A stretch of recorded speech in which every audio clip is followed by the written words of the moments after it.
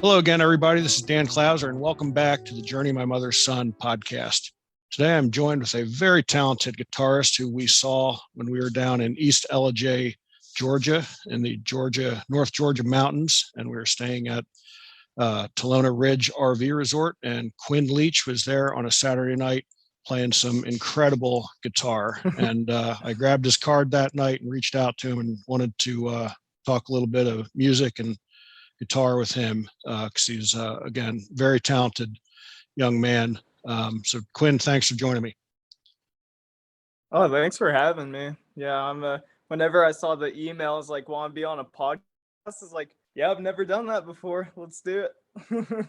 Cool. I really do appreciate it. And I want to explain to my listeners the genre, I guess you would call it, of guitar that you play is finger tap, which is a lot different than just strumming guitar. And if any of my listeners have ever seen the movie August Rush, the way the young man in August Rush plays guitar is really how Quinn plays guitar. And when we're done, I recorded a couple of his songs while we were down there at his show, and I'll put them at the end of the podcast for you guys to listen to. So make sure you stick around after we're done talking because you're going to be very impressed with the music. So, Quinn, first of all, in the grand scheme of things, you have not been playing guitar that long. So, tell me about what got you into guitar first, and then what has really sold you on sticking to it and spending as much time at your craft that you do. Yeah, so yeah, it's kind of a long, interesting story. I've been playing guitar for about 10 years now. When I was growing up, I had an older brother that played drums. He was super passionate about it for about 6 months, and then he ended up passing away due to a stroke. And he was 15. I was just one of those things, gym class, healthy 1 second, and then on the ground the next second. So that's kind of what, during that time, it was pretty hard for my whole family. And I ended up probably a few nights after that whole situation, I'm at my house. I watched the movie August Rush, and I was breaking down, like crying super bad to it. And it's like, what 11, 12-year-old cries at a movie? Like, that's got to be something. Someone's trying to reach out to me. And so, yeah, I got this weird feeling that I was being called to the music, which is, that sounds pretty cheesy, but yeah, so I went to the music store there. Well, first I asked my parents for a guitar for Christmas, or asked Santa for a guitar for Christmas, and yeah, ended up getting this acoustic electric, and yeah, from there went to the music store there, and there's a guy named Dylan Withrow there, incredible musician.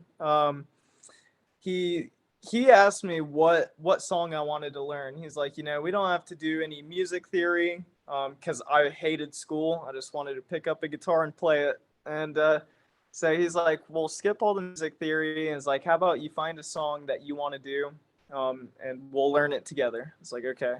So I went back to my parents' house and asked Dad. It's like, hey, what song should I learn? He's like, oh, you should do Pachelbel's Canon in D.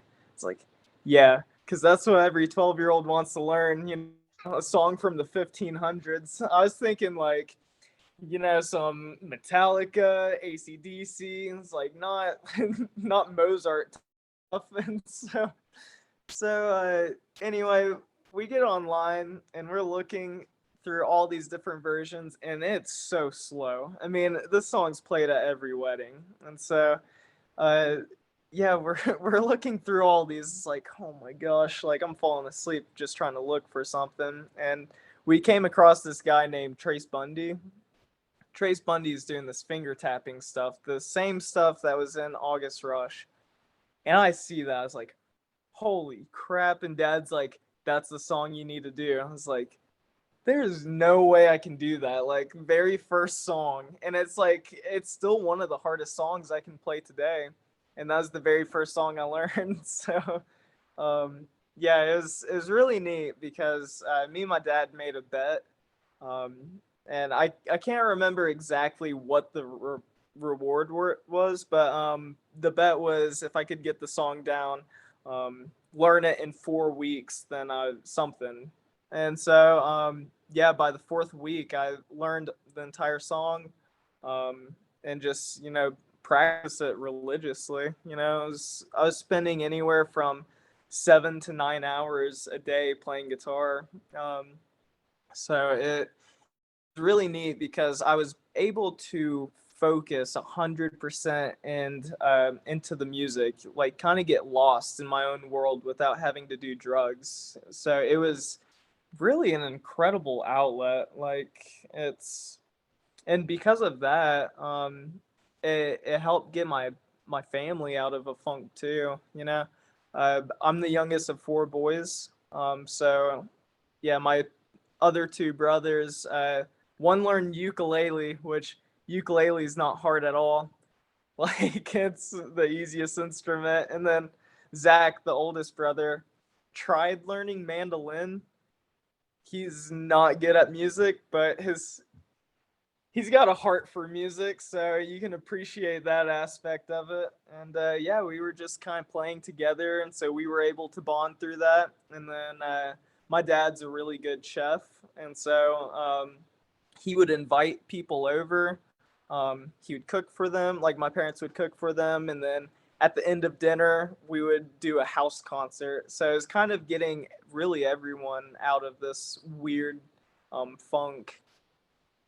That's pretty cool. And I mean, that's an amazing story how music really helped heal your family after a terrible tragedy. And um, I think that's one of the things that music has the power to do for sure.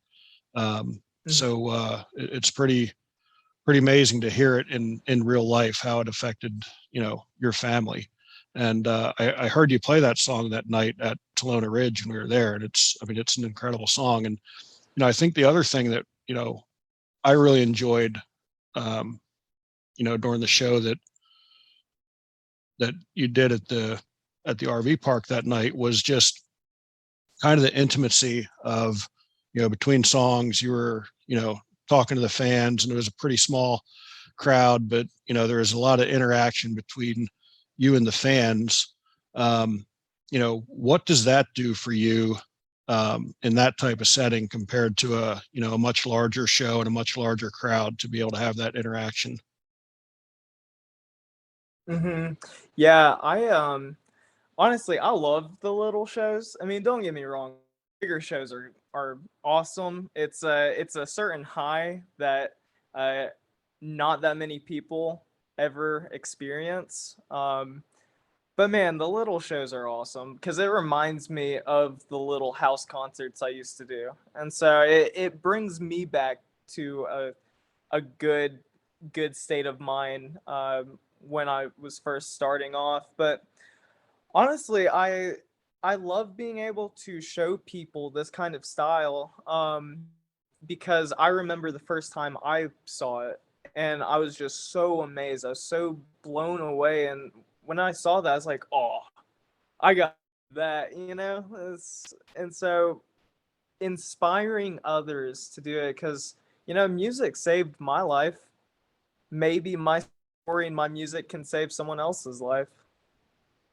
That's incredible. And I know, you know, I we went to a show Friday night before you performed, and your name was on the little board there. So, I did some research on you Friday night before we went to see you on Saturday, and I'm a huge fan of the movie August Rush. So as soon as I saw, hey, this is the August Rush style of music, I was sold. I was really looking forward to seeing you play that night, and you certainly did not disappoint by any stretch of the imagination. So again, to kind of explain to my listeners, I mean, you are, literally a one-man band. Mhm. You use guitar loops and that sort of stuff. So, tell my listeners who may not be as familiar with, some of the technology that's available to music. I mean, you play these loops in and all of a sudden it sounds like you're up there with 10 or 12 other musicians. So just Yeah. explain to my listeners how the guitar loop technology works. Yeah, man, honestly, I have no clue the science behind it. It is a little magic box. Like, they're incredible. Like, I don't know how someone designed that or came up with it. But so pretty much what a looper is you push a button, you play something, you push that same button and it records it and it plays over and over on a loop. And so you can add as many loops as you want, which is awesome being a one man band. I know Ed Sheeran does a lot of that whenever he does a tour. Like he tours by himself, he's constantly looping. I'm pretty sure John Mayer does a lot of loops. Just about every musician does looping. You just don't realize it. So whenever you are a one man band, you don't have all the other distractions. Everyone sees exactly what you're doing. The scariest thing about looping is if you mess up anything in that loop, it's going to record it and play over and over for you to not forget that you messed up. So it can be scary, especially when you're playing somewhere bigger and your nerves are rushing. You're wanting to play every song super fast, and the next thing you know, you're like just dragging on behind it, trying to catch up with yourself. So That's cool. And I know, at the beginning of the show, you said, you're not a very good singer. So everything is just instrumental. So, yeah, no, I can't sing to save my life.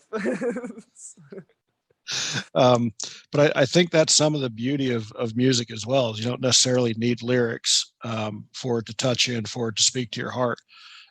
You also made a comment during the show about how you kind of enjoyed not necessarily being part of a band, being part of, just your one man band.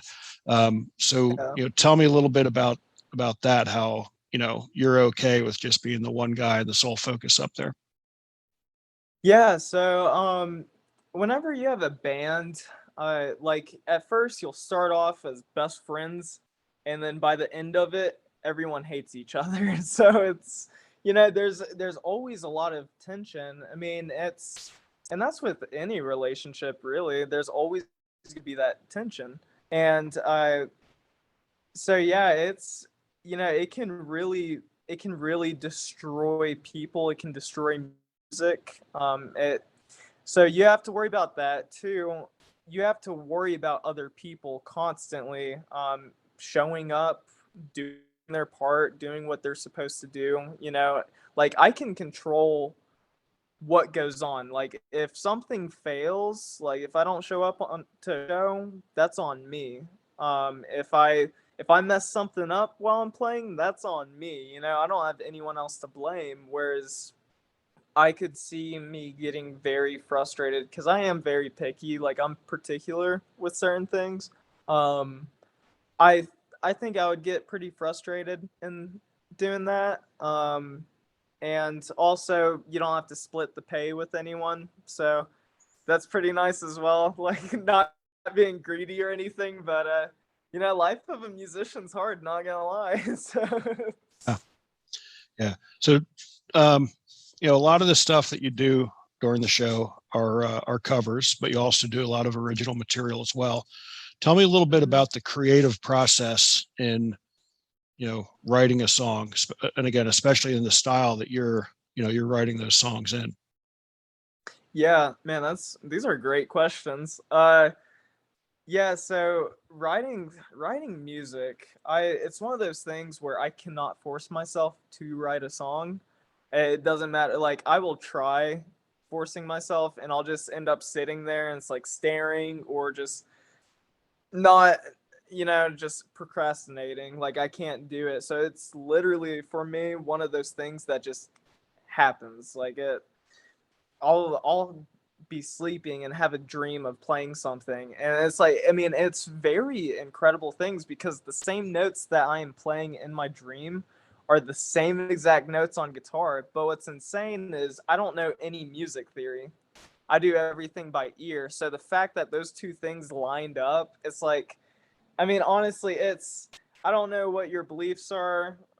Mine are, there's God, and I've got a God-given talent. This isn't me.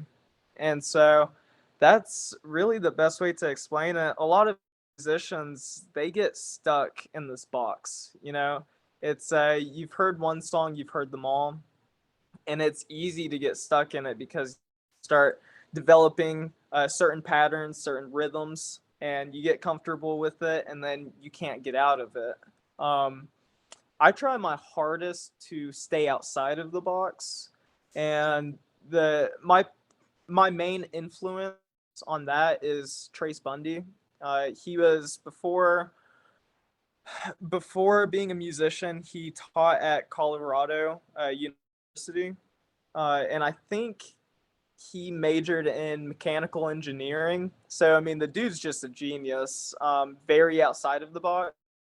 And his music, like he's got some of the coolest, just the coolest mindset towards the music, and you can hear 10 of his songs, 15 of his songs, and like tell every individual song that they are completely different. Like, oh, this one's overtime, this one's clearly trespass, this one's like, you can, every single song has their own distinct uh sound to it, and that's what I've really been trying to pattern my music creativity behind.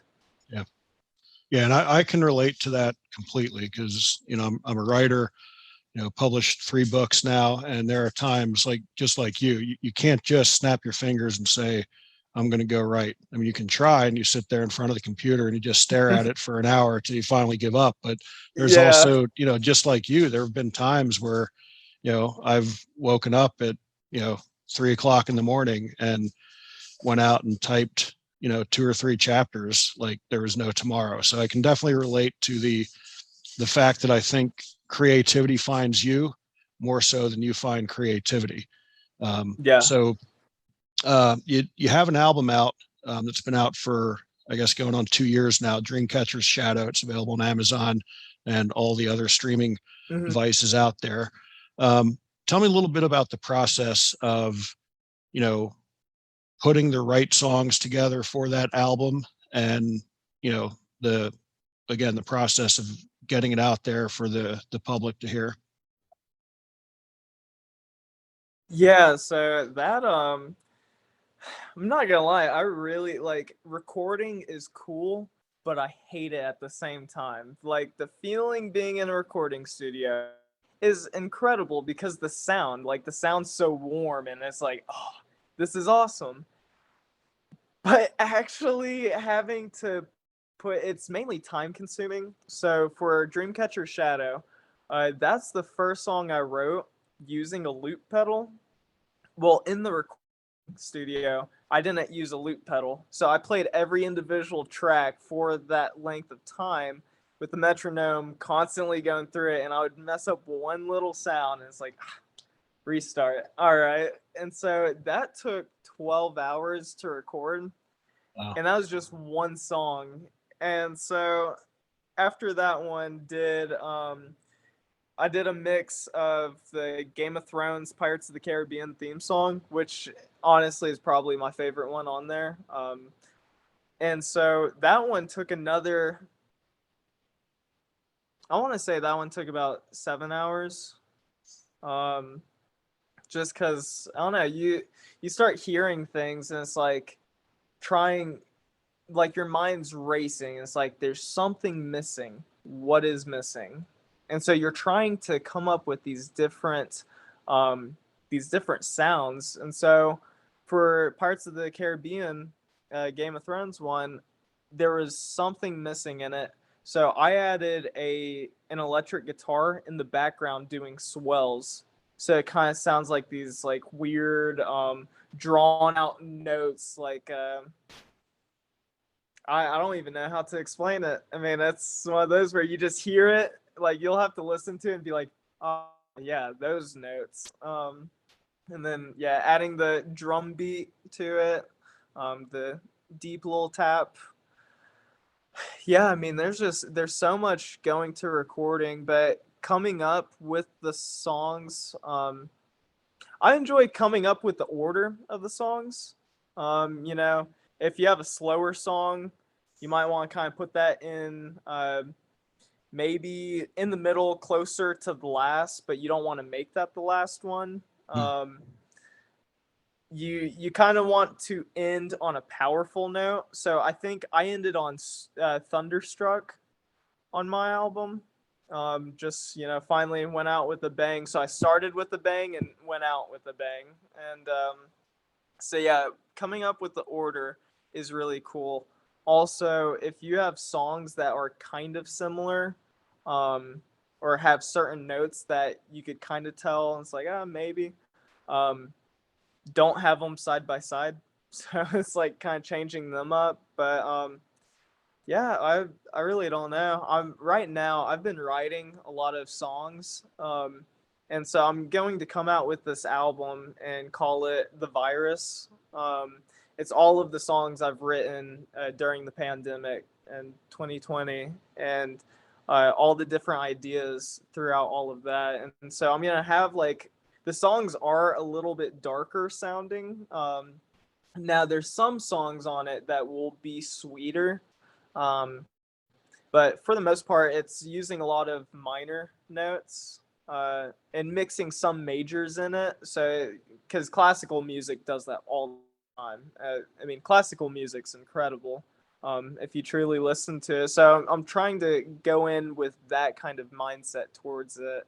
Um, but yeah, it's again time consuming, and you don't realize what your song's missing until you're in the studio. Yeah.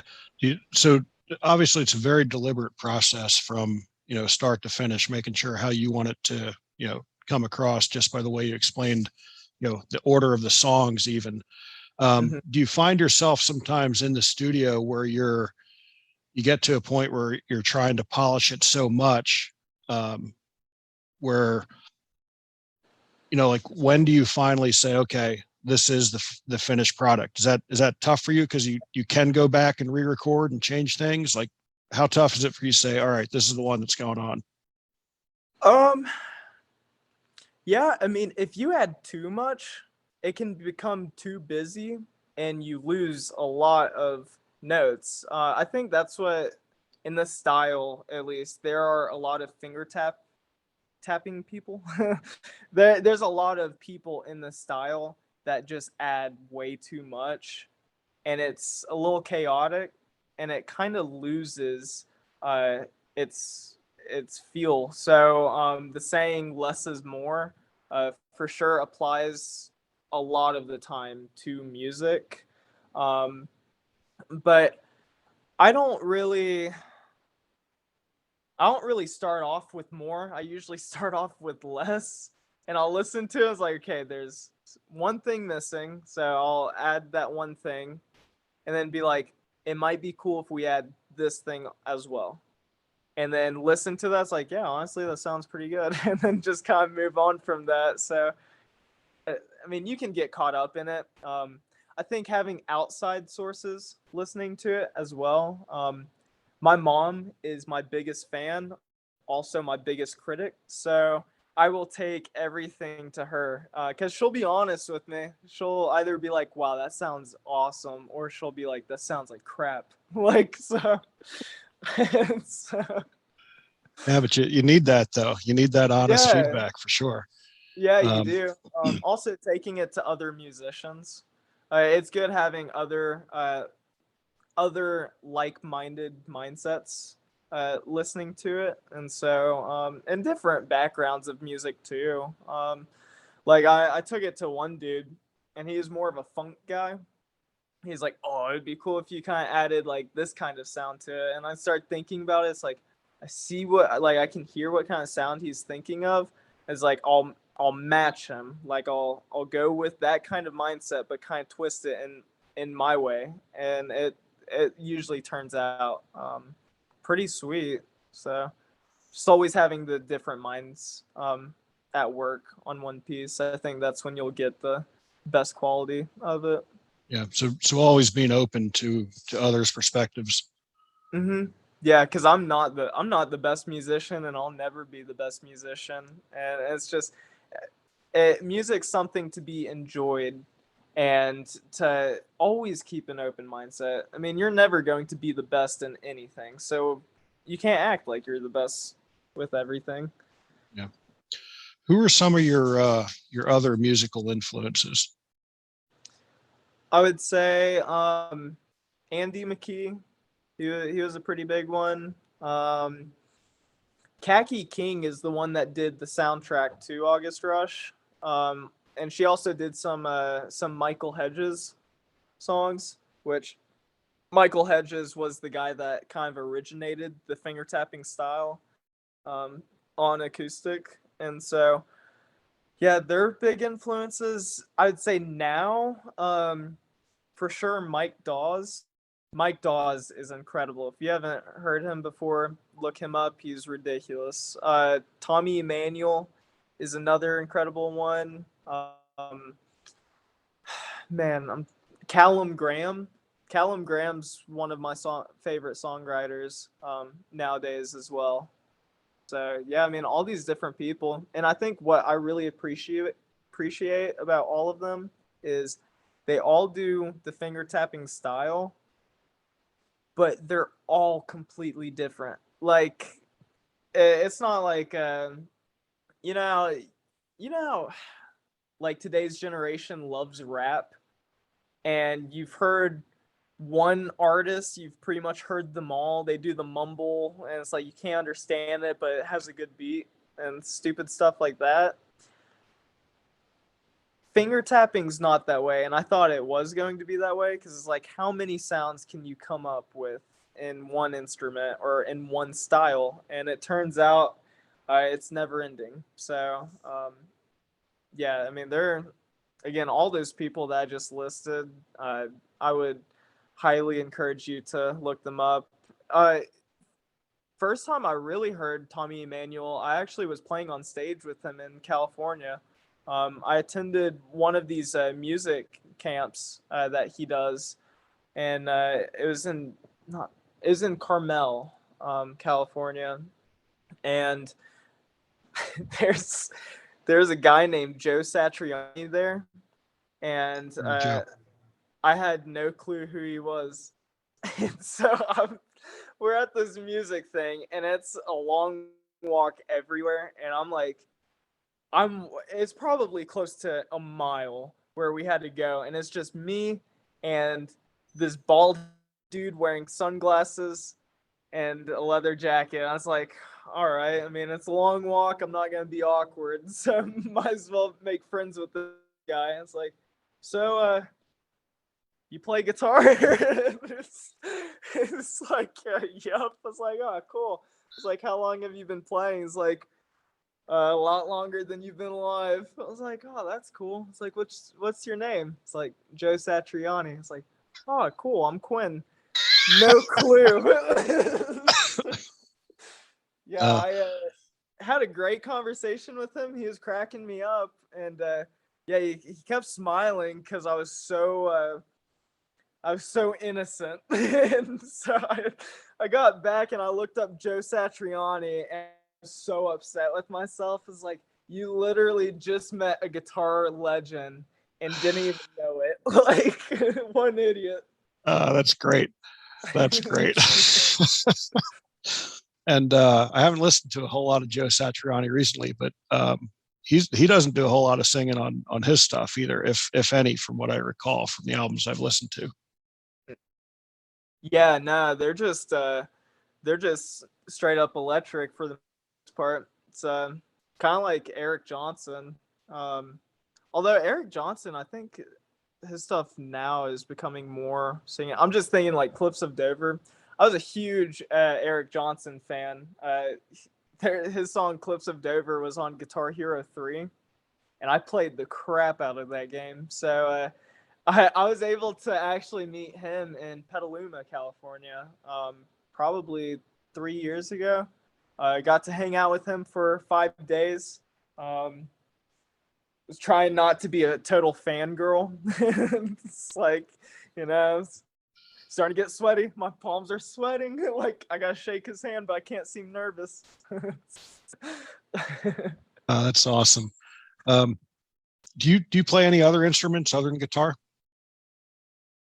I do. I've been actually playing a lot of piano recently. I love piano. I'm writing this song named, and I'm gonna name it Revelation.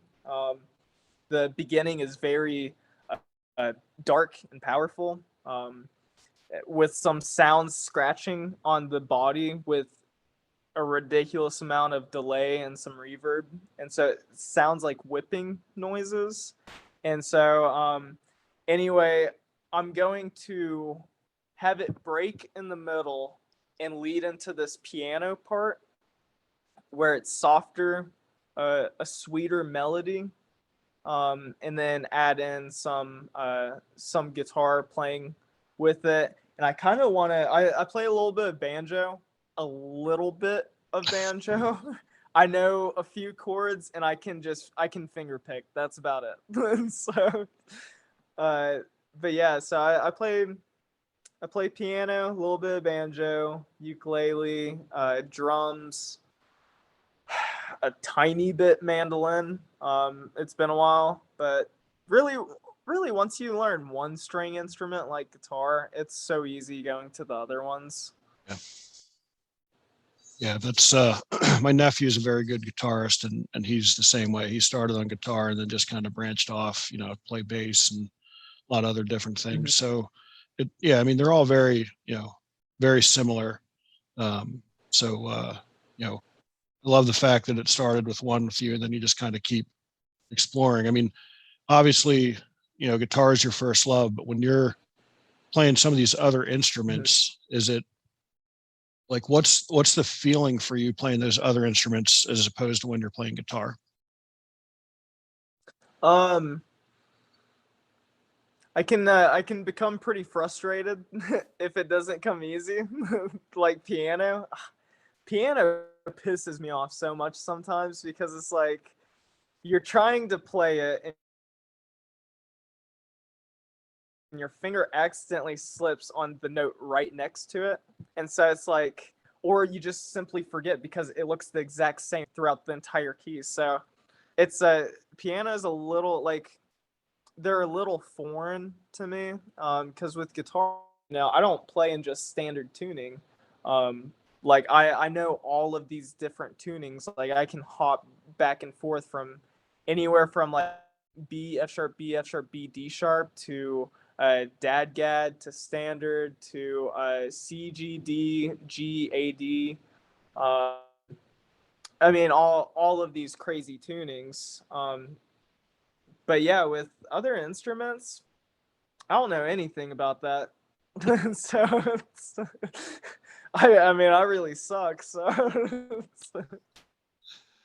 Uh, that that's awesome. I love talking to you and hearing, the way you describe music. From talking about it being dark and soft and that sort of thing. And you can tell that you've got a true appreciation for your craft for sure. We're just about out of time, but before I get to my final question, anything that you want to cover that we didn't talk about? I mean, give a little shout out as to where people can find you, where they can, check you out on YouTube or on Amazon and those places, and Instagram. Let people know how they can find you. okay, yeah. So I'm not gonna lie, my YouTube is horrible. It's gonna be one of those things where I'm going eventually. I will work on that, but my YouTube's just Quinn Leach, QuinnLeach. Um, I mainly post on Instagram, so my Instagram is just mighty underscore Quinn 2K. Um, yeah, Facebook, Quinn Leach. I mean, yeah, I'm not tech savvy, at all. Other than effect pedals, but yeah, whenever it comes to marketing and doing stuff like that, like I really need to hire someone to do that, because I'd rather just play guitar and let someone else deal with that. So it's a completely different ball game. But yeah, I don't know. Music plays a huge part in everyone's lives. What is incredible about music is it is the universal language. Like it, someone that is overseas or even in your country that doesn't speak the same language as you, they are hearing the same exact notes as you are. And I think that is just incredible. They are understanding the same thing that you are. And so there's no barrier, uh, language barrier there or sound barrier there. And so that always fascinated me. And also music plays a huge role in your moods. If you're depressed and you're listening to sad music, you're not going to get out of that depression. So stop sad music. You gotta listen to like Jack Johnson or Cat Stevens, if anything. So uh yeah, I mean, it's music is just incredible. Yeah, I agree with that wholeheartedly.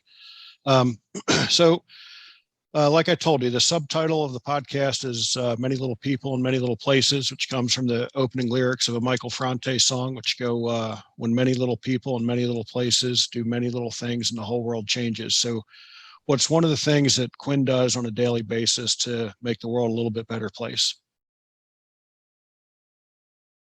Yeah, that's again, that is a great question. Um, because it can be one of two things. It can be either very shallow or very heavy. Um, Honestly, it's not what I do on a day-to-day basis to make the world a better place is dive into the word, into the Bible. I mean, it's what you do behind closed doors is it, like it really matters. It's how you're going to one see the world, to how to react in the world and act in the world. And so it's if you're if you're strong in the word, and I don't know, it has anything and everything for anyone. Whatever you're going through, it's there. It's That's why in Hebrews it says the word of God is uh, living and active, sharper than any double-edged sword. Like it is constant. It's living, and so yeah. I mean, that's teaching you how to treat others, teaching you how to treat the people in your house, teaching you how to be like God, like Christ, loving people. That's one of the hardest things. There's so much division now. It's like, left versus right. And it's like, block all of that.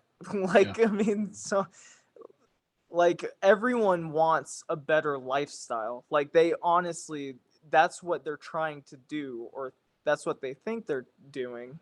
And it's everyone wants the same thing, and that's for peace, that's for love, that's for unity. And in their attempts of trying to do all of this, finding it, seeking it in the wrong places, they are dividing it even worse. So yeah, I would say just stay in the word, encourage others, help the ones that need help, I love stuff that. like that. I love that answer for sure. And yeah, it's I think if we take the time to have conversations with other people, um, we can quickly realize that we have a lot more in common than what we don't. So I love that Yeah. answer for sure. So for folks out there listening, be sure to check out my other blogs and podcasts at danclouser.com. Go on to Amazon, pick up the newest book that's out, The Journey of My Mother's Son. And when we sign off here, make sure you listen a little bit longer because you're going to hear some of Quinn's music from when we were down in North Georgia. And Quinn, I really appreciate you taking the time. I could talk to you all day when we're talking music for sure. So I really do appreciate you taking the time out.